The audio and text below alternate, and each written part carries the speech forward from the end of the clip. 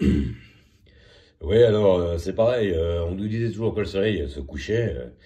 Moi je suis désolé, j'ai déjà été en plein mois d'août dans le sud, quand j'avais le soleil juste devant moi, je pouvais pas le regarder à midi. Le soleil était en pleine amplitude, il brillait de tout ce... il brillait à fond, quoi, en pleine incandescence. C'est pas possible de le regarder, on le regarde, on est complètement ébloui, hein. Je crois que tout le monde a vu ça au moins une fois dans sa vie. Et puis, comment vous expliquez que le soir, quand le soleil il commence à, comme on dit, il se couche, comment que ça se fait que de loin, on peut le regarder sans être ébloui? Ben, en fait, c'est pas parce qu'il brûle moins, il brûle à la même intensité, seulement il s'éloigne.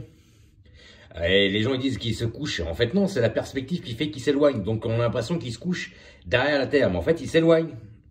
Voilà, la Terre elle est immensément grande, il s'éloigne sur le plan. C'est pas qu'il se couche derrière la Terre. Moi, c'est ce que je vois. Donc,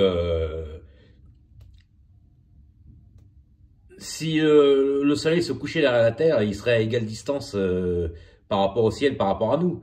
Donc, pour quelle raison le soir on pourrait le regarder en soirée parce qu'il brille un peu moins et puis qu'il commence à devenir orange et puis se coucher, alors que quand il est à midi on peut pas le regarder parce que le soir bah, il s'éloigne. Donc voilà. Donc on dit bien que c'est une planète. On dit pas que c'est une rondelette ou une tartiflette. On dit bien une planète. Donc il y a forcément un plan plat, un peu plane. Voilà. Donc je pense que ça peut être une planète immensément grande, bien plus que ce qu'on dit. Voilà. Je pense qu'avec tout ce qu'on découvre aujourd'hui, on est quand même bien placé pour savoir que les élites nous cachent quand même une bonne partie de la vérité. Puis je pense que on peut résoudre quand même pas mal de problèmes par la logique. Donc voilà. Alors il y a des couches.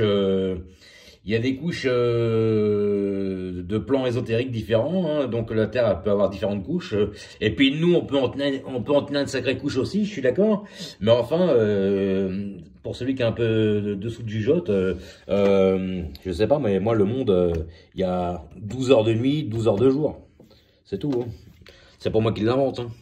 Donc, et comme par hasard, il y a une boule, un soleil qui nous éclaire comme un phare, qui fait le jour, et puis une lune qui fait la nuit, comme si ça faisait une sorte de système électromagnétique d'aimant en haut, quoi, pour faire un champ électromagnétique. Et donc, qu'est-ce que la lune la fout là?